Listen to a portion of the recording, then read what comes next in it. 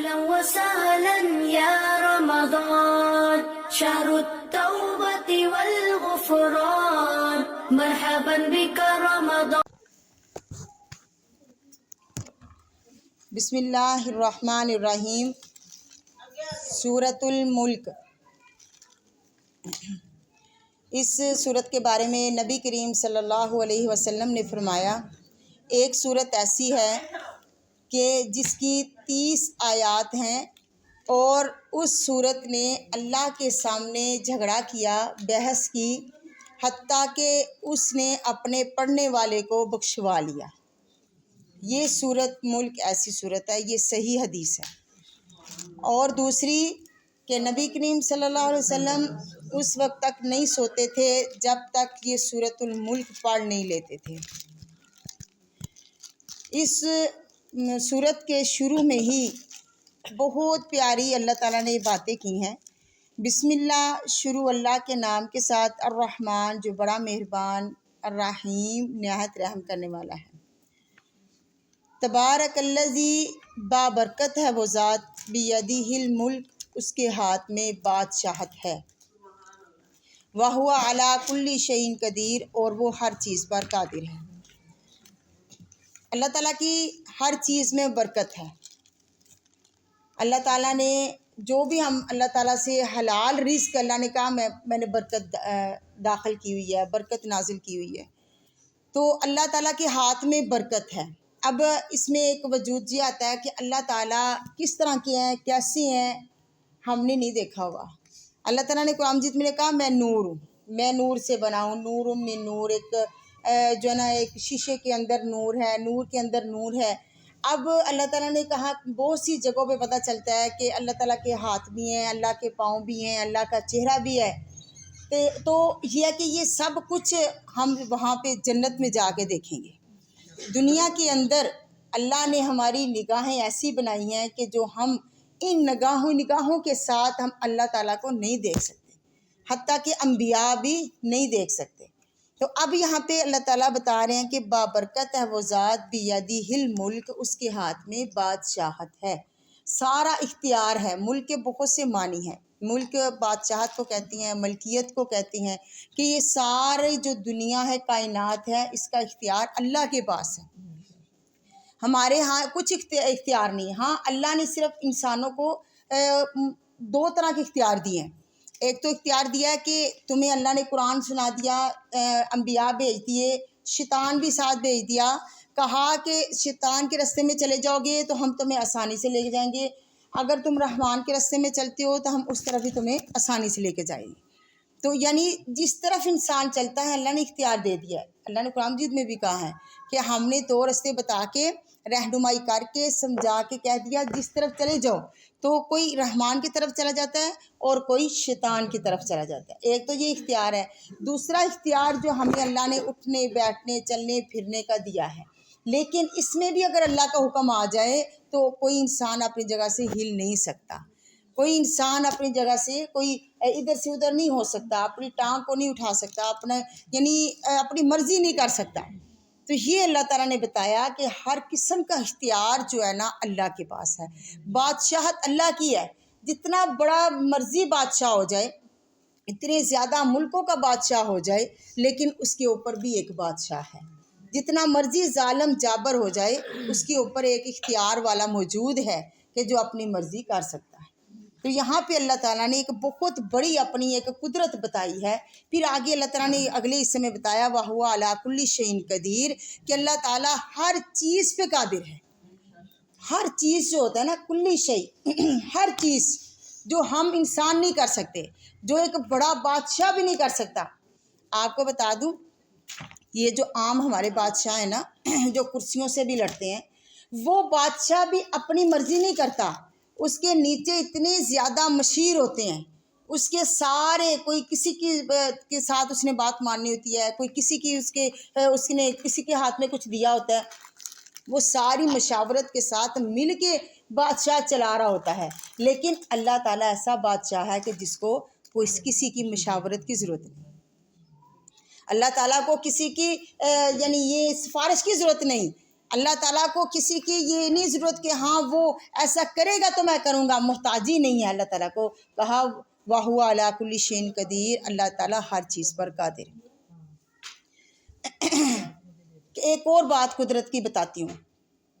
ایک چیز ناممکن ہے، ہمیں کوئی مسئلہ پیدا ہو گیا. آج کے دور میں تو مسائل ہیں، یہ فتنوں کا دور ہے، مسائل کا دور ہے کہ اب یہ مسئلہ کوئی بھی سامنے آیا، کوئی پریشانی آ گئی ہے، کوئی رکاوٹ آ گئی ہے، کوئی ہمیں اللہ تعالیٰ سے کوئی ضرورت پیش ہو گئی ہے. بھائی ایک کے پاس گئے ہیں، دوسرے کے پاس گئے ہیں، تیسرے کے پاس گئے ہیں، ایک بہت بڑا اختیار والا ہے اس کے پاس گئے ہیں، بادشاہ کے پاس گئے ہیں، لیکن وہ مسئلہ حل نہیں ہو رہا. لیکن جب اللہ کے آگے جا کے ہاتھ اٹھا کے کہیں گے تو اللہ تعالیٰ ناممکن کو ممکن بنا دے. یہ اللہ تعالیٰ اس آیت میں بتاتے ہیں. پھر اللہ تعالیٰ کہہ رہے ہیں اللہ زی، یہ گرامر کے لحاظ سے اسم موصولہ ہے کہ پچھلی آیت کی اس کے اندر تفسیر ہو رہی ہے. کیا اللہ زی وہ رب، وہ بابرکت ذات، خلق الموتا، اس نے موت کو بھی پیدا کیا ہے، والحیاتہ، اور زندگی کو بھی پیدا کیا. موت اور زندگی اللہ تعالیٰ نے ہر ایک کو دو موتیں، دو زندگیاں دی ہیں. کیسے؟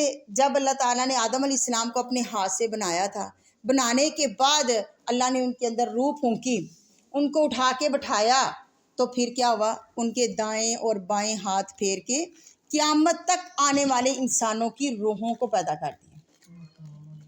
کہ اسی وقت ہی کہا تھا نا الستو بربکم، ان سب سے وعدہ لیا ہے، حدیث ہے یہ. تو کیا میں تمہارا رب نہیں ہوں؟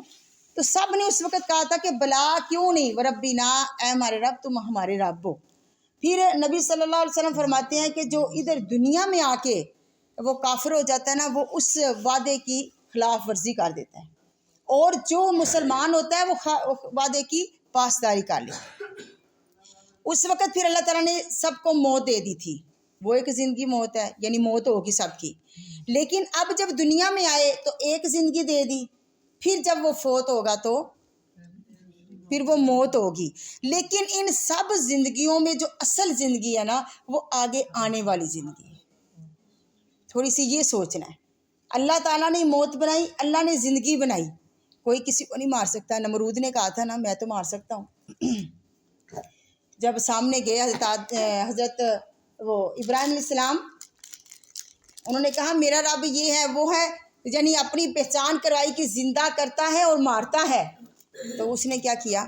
ایک جس کو اس نے قید کی سزا دی ہوئی تھی، موت کی سزا دی تھی، اس کو آزاد کر دیا. حالانکہ وہ اللہ نے آزاد کیا تھا، اس نے نہیں کیا، اس نے اپنی طرف سے اس کو آزاد کر دیا. ایک راہ چلتے آدمی کو پکڑ کے اس نے قتل کر دیا. کہا دیکھو زندگی موت کا مالک تو میں بھی ہوں. اس نے یہ کہہ دیا. اب ابراہیم السلام نے کہا اچھا چلو اگلی دلیل کیا کرتا ہوں. کیا دی تھی؟ کہ سورج اس ٹائم کہاں سے آتا ہے؟ تم مغرب سے نکال کے دکھاؤ. اس وقت پھر کافر کچھ نہیں ہو سکتا. یعنی یہ ہے اختیار. اتنا اختیار دے دیا کہ کسی کو پکڑ کے مار لیا اور کسی کو چھوڑ دیا. اتنا تو دیا، لیکن اب سورج کو پکڑ کے ادھر سے ادھر نہیں کر سکتا. یہ اللہ نے اختیار نہیں دیا. تو یہ یہاں پہ اللہ تعالیٰ کہتے ہیں موت اور زندگی اللہ کے ہاتھ میں ہے. کسی کی بد دعاؤں سے کوئی مرتا نہیں، کسی کے جادو کرنے سے کوئی مرتا نہیں، یہ جب تک اللہ کا حکم نہ ہو جائے. اللہ تعالیٰ آگے کہتے ہیں موت اور زندگی کیوں دی؟ لیبلوکم، لام جو ہے نا تاکہ ہے، تاکید کے لیے آتا ہے. لام زیر لی تاکید کے لیے آیا تاکہ وہ آزمائے تم کو. ایکم احسن عملا، تم میں سے کون زیادہ اچھا عمل کرتا ہے. اب دیکھیں ہماری زندگی کا مقصد وما خلقت الجن والانس الا لیعبدون. اللہ تعالیٰ نے کہا میں نے انسانوں اور جنوں کو اس لیے بنایا تاکہ میری عبادت کرے. عبادت کا کیا مطلب ہوتا ہے؟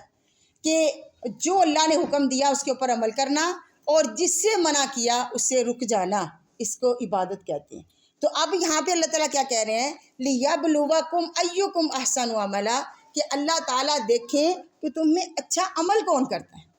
اب دنیا کے اندر ہم آئے ہیں، تھوڑا سا غور کرنا کہ صبح سے شام تک ہمارے کیا یعنی وہ ہیں معمولات ہیں. ہماری خواتین کے خاص طور پہ ہم کتنا وقت ضائع کر رہی ہیں، کتنا ہم یعنی دنیا کے اندر آ کے ہمارا مقصد جو ہے وہ ہمارا پورا نہیں ہو رہا.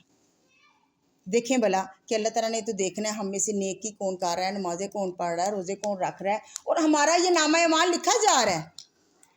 ابھی میں کل پڑھ رہی تھی نا کہ ایک انہی پاروں میں ہم انشاءاللہ پڑھیں گے، کسی کو نامہ اعمال دائیں ہاتھ میں ملے گا، کسی کو بائیں ہاتھ میں ملے گا۔ یہ نامہ اعمال ہمارا لکھا جا رہا ہے، ہماری رپورٹ لکھی جا رہی ہے کہ ہم دنیا میں آ کے بھلا ایکم احسن عملا، کون اچھا عمل کرتا ہے۔ اب احسن عمل جو ہے نا، وہ اچھا عمل کیا ہے؟ بڑا مشکل کام ہے، پردہ کرنا بڑا مشکل ہے۔ روزے تو اب ٹھنڈے ٹھنڈے روزے ہیں، لیکن آخر میں جا کے گرم ہو جائیں گے۔ اس کے باوجود جا کے آپ دنیا کو دیکھیں، انہوں نے روزے نہیں رکھے ہوں گے۔ آپ کبھی سفر میں جائیں رمضان کے دوران، دکان والوں نے ٹینٹ لگائے ہوئے ہیں کہ جو روزہ نہیں رکھ رہے تو ان کو کھانا وغیرہ دیں۔ یہ نہیں کہ وہ بیمار ہیں، بیمار تو ہوٹلوں کا کھانا نہیں کھاتے نا، وہ اس لیے کہ یہ اللہ کی توفیق سے سارا کچھ ہے نا، کہ اللہ نے کہا احسن عمل، ہم دیکھیں بھلا اچھا عمل کون کرتا ہے۔ ہم کہتے ہیں ہم تو اچھا عمل کر رہے ہیں۔ پھر ایک اچھا عمل ہوتا ہے عام سادہ اچھا عمل، ایک ہوتا ہے بڑی تحقیق کے ساتھ اچھا عمل کر رہے ہیں اور بغیر ریاکاری کے کر رہے ہیں، بغیر دکھاوے کے اچھا عمل ہو رہا ہے۔ ایک ہے خلوص کے ساتھ ہو رہا ہے۔ اب ایک آدمی نماز پڑھ رہا ہے لوگوں کو دکھانے کے لیے، ایک آدمی نماز پڑھ رہا ہے صرف اللہ کی رضا کے لیے، ان دونوں میں بہت فرق ہے۔ تو جو اللہ کی رضا کے لیے پڑھ رہا ہے وہ احسن عمل کر رہا ہے، اور یہ چھوٹے چھوٹے احسن عمل، کسی کی جو ہے نا ضرورت پوری کر دی، کسی کی جو ہے نا جا کے پریشانی ختم کر دی، کسی کی جو ہے نا جو آپ کوئی تحفہ کسی کو دے دیا، کسی کی بیمار پرسی کر کے تسلی دے دی، اس کو دلاسا دے دیا، اتنے چھوٹی نیکیاں جو ہے نا یہ ہماری احسن عمل ہے۔ تو اللہ تعالیٰ نے کہا ہم نے دنیا میں آپ کو بھیجا ہے اچھی عمل کرنے کے لیے۔ تو لیکن آج ہم الحمدللہ رمضان ہماری زندگی میں آ گیا ہے، لیکن آج ہم نے دیکھنا ہے کہ یہ ہماری ساتھ ساتھ ٹریننگ کر رہا ہے نا، یہ رمضان ہماری ٹریننگ بھی ہے، اور اس میں ہم نے دیکھنا ہے قرآن کے اندر اللہ ہمیں کیا کیا بتا رہا ہے۔ یہ ساری باتیں آپ نے روزانہ یاد کرنی ہے۔ اگر آپ بھول سکتے ہیں ایک ڈائری لے لیں، کاپی لے لیں، روزانہ وہ ضروری باتیں اس کے اندر لکھ لیں۔ ایک ڈائری کا پیج بنائے کہ اس میں احسن عمل لکھنے ہیں میں نے، کہ بھلا میں سارا دن کون سے اچھے کام کرتی ہوں۔ ایسے تو ہم دیکھتے ہیں نا کہ فلاں طریقہ مجھے آتا ہے کہ نہیں، فلاں آتا، فلاں ایسے صفائی کرتی ہے مجھے آتی ہے کہ نہیں، فلاں ایسے سلائی کرتی ہے مجھے آتی ہے کہ نہیں۔ اس طرح کے کام تو ہم کر رہے ہیں، لیکن یہ دیکھیں کہ بھلا ہم احسن عمل بھی کر رہے ہیں کہ نہیں، یہ دیکھنا ہے۔ آگے اللہ تعالیٰ فرما رہے ہیں وَهُوَ الْعَزِيزُ الْغَفُورُ، اور وہ غالب بخشنے والا ہے۔ دو باتیں اللہ تعالیٰ نے یہاں پہ کی ہیں۔ احسن عمل کرنے والے پہ اللہ تعالیٰ غالب بھی ہے، جو مرضی کو کر رہا ہے۔ کوئی بہت ہی، آج آپ کو میں بتا دوں کہ دنیا کے اندر ظلم ستم جو ہے نا تقریباً 60% ہو چکا ہے۔ ظلم کرنا، ستم کرنا، ایک دوسرے سے زیادتیاں کرنا، ایک دوسرے کے یعنی ظلم ایسے ہے کہ کسی کو مار کٹائی میں آ گیا، کسی کو جو ہے نا قید کرنے میں آ گیا، کسی کے ساتھ یعنی غلط کرنے میں انسان 60% جو ہے نا یہ مکمل ایک برائی ہو چکی ہے انسانوں کے ساتھ حقوق العباد میں غلط ہونے میں۔ تو اللہ تعالیٰ کہتے ہیں ان سب کے اوپر میں غالب ہوں، میں اوپر ہوں، میں اختیار والا ہوں۔ آگے ساتھ ہی فرمایا اگر کوئی بڑا ہی گناہ گار بندہ ہے، انتہا کا گناہ گار ہے، وہ آ کے میرے سامنے توبہ کر لیتا ہے، میرے سامنے استغفار کر لیتا ہے، تو اللہ تعالیٰ فرماتے ہیں غفور، میں بخشنے والا ہوں۔ اللہ نے ساتھ ساتھ تسلیاں بھی دی ہیں۔ یہ نہیں کہ آپ اگر ہم کوئی گناہ گار ہے تو اب وہ گناہ گار ہی انسان رہے گا، نہیں۔ اگر انسان کو تھوڑی سی ہوش آ گئی ہے، عمر کے کسی بھی حصے میں آ گئی ہے، اب رمضان ہی آ گیا ہے، اس میں ہمیں تھوڑی سی ہوش آ گئی ہے کہ اللہ 11 مہینے تو ہمیں پتہ ہی نہیں تھا، تو اللہ اب 12ویں مہینے ہمیں معاف کر دے، اللہ ہمارے سارے گناہ معاف کر دے، ہمیں نیکیوں کی طرف لے کے چل۔ تو پھر اللہ تعالیٰ کہتے ہیں ہاں آئے ہو تو الغفور، میں تو بہت زیادہ بخشنے والا ہوں۔ اللہ جی وہ اللہ تعالیٰ، وہ بابرکت ذات، خالقہ، اس نے پیدا کیا 7 سماوات طباقا، 7 آسمانوں کو تہ بتہ۔ یہ 14 طبق ہیں جو اللہ تعالیٰ نے طباقا سے، طبق 14 طبق نکلتے ہیں کہ 14 کون سے؟ 7 آسمان اور 7 زمین، یعنی اوپر 7 آسمان ہیں۔ اب آسمان اللہ تعالیٰ نے کہا تہ بتہ بنائے ہیں۔ آگے کہہ رہے ہیں اللہ تعالیٰ ما ترى فی خلق الرحمن من تفاوت، نہیں تو دیکھے گا رحمان کی پیدائش میں کوئی ٹیڑھا پن، کوئی کمی، کوئی کجی، کوئی وہ اس میں بہت سے اس کے اندر معنی آتے ہیں تفاوت کے۔ اللہ تعالیٰ کہتے ہیں آگے جا کہہ رہے ہیں کہ فرجع البصر، پس تو لٹا اپنی نگاہ کو، حل تری من فطور، تو کوئی کمی بیشی دیکھتا ہے، کوئی دراڑ، کوئی سوراخ۔ اب آسمان کتنا وسیع ہے، کسی شہر میں چلے جاؤ، کسی ملک میں چلے جاؤ، کسی آبادی میں چلے جاؤ، گاؤں میں چلے جاؤ، کسی صحرا میں چلے جاؤ، ہمیں آسمان وہی نظر آتا ہے۔ آسمان کے دروازے بھی ہیں، آسمان چرچراتا بھی ہے، آسمان کے اوپر جو نا فرشتے بھی رہ رہے ہیں، آسمان پہ بیت المعمور بھی ہے، آسمان پہ جو ہے نا وہ انبیاء بھی ہیں، جنت بھی اوپر ہی ہے، سارے آسمانوں سے اوپر عرش بھی ہے، سب کچھ آسمانوں میں ہے، زندگیاں ہیں آسمانوں میں، لیکن کبھی کوئی ٹکڑا گر کے نیچے نہیں گرا۔ کوئی ٹکڑا گرا ہو، کوئی فرشتے آ کے اس کو مرمت کر رہے ہوں، کوئی ہمیں کوئی چیز نظر آ رہی ہو، دروازے، وہ ایک حدیث ہے نا آپ سب کو یاد ہوگی، نبی کریم صلی اللہ علیہ وسلم نے فرمایا تھا کہ ایک دروازہ آج ایسا کھلا جو پہلے کبھی نہیں کھلا، اتنے زیادہ دروازے ہیں آسمان کے۔ اور وہ سورت نور، وہ سورت فاتحہ اور وہ 2 نور لے کے آیا تھا نا فرشتہ، اور سورت اس کی بقرہ کی آخری 2 آیات تھی۔ ایک اور حدیث ہے، ایک جو حدیث مجھے یاد آ رہی ہے کہ جو نیک آدمی ہوگا، نیک روح ہوگی نا، تو اس کو اچھے کپڑے میں لپیٹ کے فرشتے لے کے جاتے ہیں آسمان پہ، تو دروازہ بجاتے ہیں، تو اس وقت بھی وہ نیک روح کا استقبال ہوتا ہے، دروازہ کھل کے فرشتوں کو پتہ ہوتا ہے یہ بڑی نیک روح آ گئی۔ یعنی یہ دروازے ہیں، ہمیں کبھی نظر آیا ہے؟ ہمیں پتہ ہی نہیں آسمان کے دروازے کتنے ہیں، کس طرح کے ہیں، کیسے ہیں، چھوٹے ہیں، بڑے ہیں، اللہ نے کیا آسمان بنایا۔ اللہ نے کہا اپنی نگاہ کو لے کے جاؤ، واپس لے آؤ، پھر پلٹ کے لے کے جاؤ، پھر لے کے آؤ، بار بار تم دیکھو، تمہیں کوئی کہیں دراڑ نظر آتی ہو، کہیں پہ کوئی پرانا پن نظر آئے، کہیں سوراخ نظر آئے، کہیں پہ کوئی خرابی نظر آئے، اونچ نیچ نظر آئے، اللہ تعالیٰ کہتے ہیں ہمیں بتاؤ۔ ہم نے تو بار بار اللہ تعالیٰ اگلی آیت میں کہہ رہے ہیں سمرجی البصر کرتین، پھر تم دوبارہ لے کے جاؤ اپنی نگاہ کو، واپس لے کے آؤ، ینقلب الیک البصر خاسئا وہو حسیر، کہ وہ واپس آ جائے گی تھکی ہوئی، اور وہ بہت ہی یعنی ناکامی سے واپس آ جائے گی آپ کے پاس۔ تھکی ہوئی، کیا ہم آسمان کو دیکھے تو انسان تھک جاتا ہے نا، گردن تھک جاتی ہے اوپر دیکھ دیکھ کے، کہ کہاں کوئی سوراخ نظر آئے، کوئی کجی نظر آئے، کوئی دراڑ نظر آئے، کوئی ہم دیکھیں کہ کوئی آسمان کا اوپر والا حصہ یہاں نظر آئے۔ اب تو جو شیطان تھے نا، جو شیطان تھے ایک دوسرے کے اوپر چڑھ چڑھ کے تو آسمان کی باتیں سنا کرتے تھے، جب کا قرآن نازل ہوا ہے اس وقت کی ان کے اوپر بھی پابندی لگ گئی ہے، ان کو بھی یہ شہاب ثاقب جو ٹوٹ ٹوٹ کے گرتے ہیں، یہ بھی آسمان تک نہیں پہنچ سکتے، کہ اللہ تعالیٰ نے آسمان کی اب حفاظت بھی کرنا شروع کر دی۔ یہ اللہ تعالیٰ نے یہاں پہ کہا اپنی کھولو تو صحیح، دیکھو تو صحیح آسمان، پھر سارے آسمان سادے ہیں، اور آسمان دنیا کو اللہ نے تاروں سے پیارا سا بنا دیا۔ کتنا پیارا لگتا ہے جب ایک پورا آسمان بلو بلو ہوتا ہے اور سفید سفید تارے ہوتے ہیں، کتنا پیارا آسمان لگتا ہے۔ اگلی آیت میں اللہ تعالیٰ فرماتے ہیں وَلَقَدْ، اور البتہ تحقیق زَيَّنَّا السَّمَاءَ الدُّنْيَا، خوبصورت کیا ہم نے، مزین کیا ہم نے آسمان دنیا کو بھی مصابیح، ستاروں کے ساتھ، وَجَعَلْنَاهَا، اور بنایا ہم نے اس کو رجوماً، رجم کرنے کے لیے، للشیاطین، شیطانوں کو، وَأَعْتَدْنَا، تیار کیا ہم نے ان کے لیے، عذاب السعیر، جہنم کا عذاب، بھڑکنے والا عذاب۔ یہاں پہ اب اللہ تعالیٰ نے 2 باتیں کی ہیں اس آیت میں، کہ ہم نے آسمان دنیا کو مصابیح، یہ مصابیح مصباح ان کی جمع ہے، مصباح ایک ستارے کو کہتے ہیں، روشن ستارہ جو مسلسل چمکتا ہو اور اس کی روشنی دور دور تک جاتی ہو، اس ستارے کو کہتے ہیں مصابیح، اس کی جمع ہے۔ کہ اب ستاروں کو گن سکتا ہے کوئی؟ جس طرح سر کے بالوں کو نہیں کوئی گن سکا آج تک، تو اسی طرح جو ہے نا وہ ستاروں کو کوئی نہیں گن سکتا۔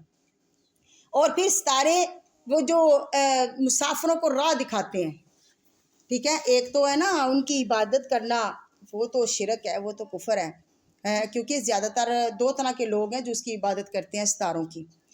ایک وہ لوگ ہیں جو کبھی بارش برسے نا کبھی بھی، جس طرح نبی صلی اللہ علیہ وسلم نے فرمایا تھا کہ حدیبیہ کے مقام پہ تھے سارے موجود ہیں، تو رات کو بارش ہوئی تو نبی صلی اللہ علیہ وسلم نے فرمایا جس نے کہا کہ ستاروں کی وجہ سے بارش ہوئی، اس نے اللہ اور محمد صلی اللہ علیہ وسلم کا کفر کیا، اور جس نے کہا کہ یہ اللہ کی طرف سے ہوئی وہ مومن بنتا ہے۔ یعنی یہ اب اللہ تعالیٰ بتا رہے ہیں کہ یہ یعنی کیا بتایا انہوں نے، یہ میں ابھی کیا بات بتا رہی تھی، ستاروں کی عبادت کرنے میں۔ بارش جو برسانی ہے وہ اللہ کی طرف سے آئی ہے، ایک تو یہ، اور ایک ستاروں کو سجدہ کرتے ہیں لوگ، ستاروں کو سجدہ کرتے ہیں۔ جب ستارہ اوپر ہوتا ہے، خاص طور پہ جو تہجد والا ستارہ ہوتا ہے، اور اس کو سجدہ کرتے ہیں، اس کی عبادت کرتے ہیں۔ ستارہ کبھی ایک ستارہ، ان ستاروں کے نام رکھے ہوئے ہیں۔ تیسرے نمبر پہ ایک ستاروں سے قسمت معلوم کی جاتی ہے، تمہارا ستارہ کیسا ہے آج، ٹھیک ہے نا۔ کبھی آپ نے اخباروں پہ پڑھا ہوگا، لکھا ہوتا ہے آج آپ کا دن کیسا گزرے گا، تو وہ ستاروں کے ساتھ ہی لے کے چلتے ہیں۔ یہ سارا کچھ گناہ ہے، سارا کچھ شرک ہے، یہ ستارے کچھ بھی نہیں۔ اس آیت میں جو اللہ تعالیٰ بتا رہے ہیں کہ یہ ستارے کیا ہیں، یہ بس ان آسمان کو خوبصورت بنانے کے لیے، اور دوسرا ان کا کیا کام ہے، وَجَعَلْنَاهَا رُجُومًا لِلشَّيَاطِينِ، جس طرح میں نے ابھی بتایا آپ کو کہ جب قرآن مجید نازل ہونا شروع ہوا نا، اللہ تعالیٰ نے قرآن مجید کو چاروں طرف سے حفاظت کے ساتھ نازل کیا ہے۔ حتیٰ کہ جب وہی نازل ہوتی تھی نا، ایک فرشتہ نبی صلی اللہ علیہ وسلم کے آگے ہوتا تھا، ایک پیچھے ہوتا تھا، تاکہ کوئی شیطان جو ہے نا وہ قریب نہ آ سکے، کہ قرآن کے اندر ملاوٹ نہ ہو سکے، اتنا خالص قرآن ہے۔ تو پھر جب قرآن نازل ہونا شروع ہوا تو وہ جو جن تھے نا وہ ساری دنیا میں پھیل گئے، انہوں نے ایک گروہ بھیجا کہ جاؤ دیکھو جا کے ہمیں کیوں اب ستارے ٹوٹ ٹوٹ کے ہمیں جلا رہے ہیں، کہ وہ ہمیں آسمان کی باتیں کیوں نہیں سننے دے رہے۔ وہ صرف اس لیے یہ اللہ تعالیٰ نے سیکورٹی کی، حفاظت کی، کہ کہیں یہ نہ ہو کہ وہ جن آسمان کی باتیں سن کے آ کے کہنوں کو، نجومیوں کو بتا دیں، اور وہ جادوگر کہن نجومی جو ہے نا وہ قرآن نازل ہونے سے پہلے ہی وہ باتیں کرنے لگ جائیں۔ اللہ تعالیٰ نے ایسے قرآن کی حفاظت کر کے صاف ستھرا بغیر ملاوٹ کے ہمیں قرآن مجید دے دیا۔ اب وہ پھرنے لگ جاتے ہیں نا، گروہ پھرنے لگ گیا پورے دنیا کے اندر کہ بھلا کیا ایک نیا کوئی کام ہوا ہے کہ جو ہمیں ستارے ٹوٹ ٹوٹ کے پڑھ رہے ہیں۔ تو پھر ایک جگہ پہ نبی صلی اللہ علیہ وسلم قرآن کی تلاوت کر رہے تھے، فجر کی نماز پڑھا رہے تھے، تو اس وقت جنوں کی ایک جماعت نے قرآن سنا تو وہ ایمان لے آئی۔ اب جنوں کے اندر بھی ایمان آ گیا اور وہ بھی مومن ہو گئے۔ آگے اللہ تعالیٰ فرما رہے ہیں وَلِلَّذِينَ، اور ان لوگوں کے لیے کافروا جنہوں نے کفر کیا بِرَبِّهِمْ اپنے رب کا، عذاب جہنم، جہنم کا عذاب ہے، وَبِئْسَ الْمَصِيرُ، اور یہ بری جگہ ہے۔